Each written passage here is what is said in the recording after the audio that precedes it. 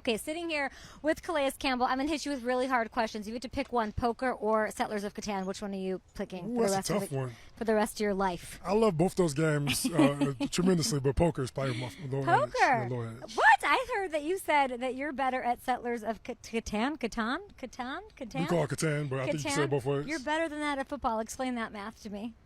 You know, I love strategy games, and I've always loved strategy games since I was a kid. Like chess, I grew up on, and me and my brothers, we play all the time. And I've put a lot of hours into Catan.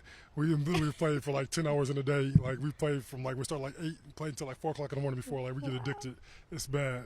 Only in off season, of course. Yes. Well, the Bills are playing in season. They're playing every night. Josh Allen thinks he's pretty good. I feel like the real matchup within these two divisional matchups that you have is you and him staying up till 4 in the morning playing Catan. You think you could take him? I'll whip him. Really?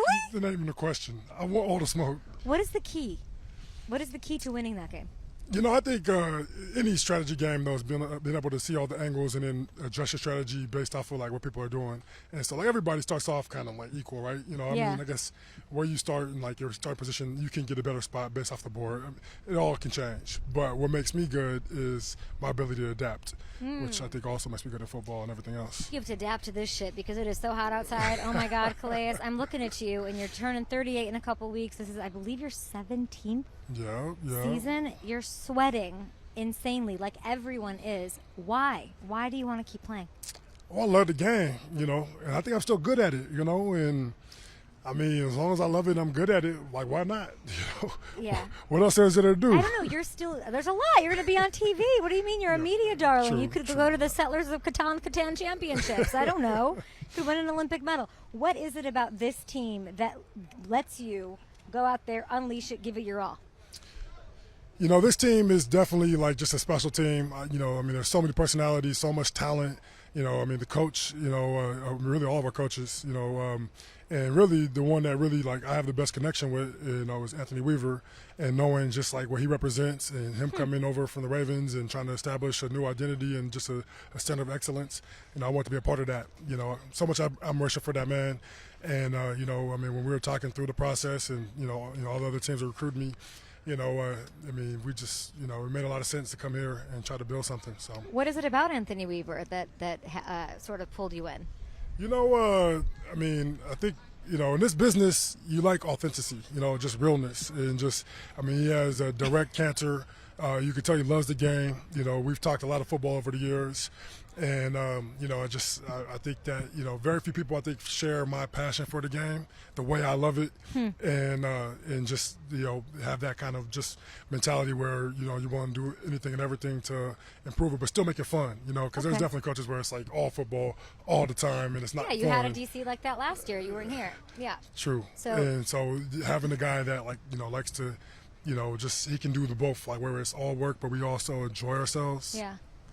I asked Coach Mike McDaniel, you're talking about authenticity, like you've got it in spades on this team. Oh, my goodness, I just saw Tyreek Hill. You've got everybody doing, you know, a lot of personalities here.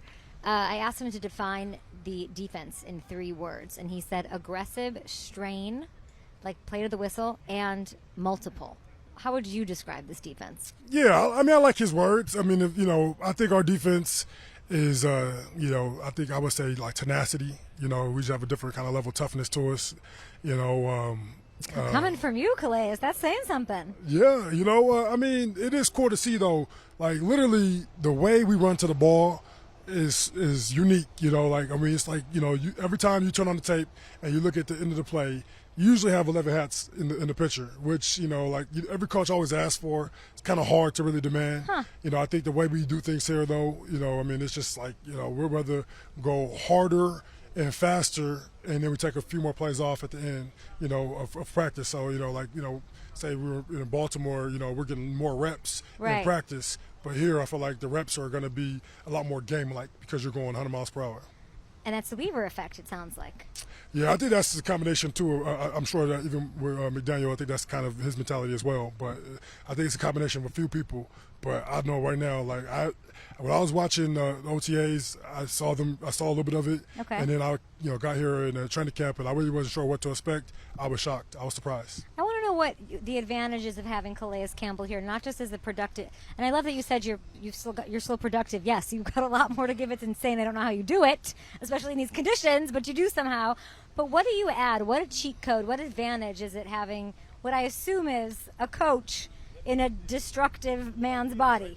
Yeah, I mean, it's a balance of a few things. I think, being able to kind of like understand where the coach's message is, and be able to give it to some of the players in a player mentality, a player perspective, I think it's huge. I also just have so much experience. I kind of seen it all before, so I could just bring it. I can really be just a vessel for a bunch of young guys. Trying to work through different things, just kind of helping them through that process.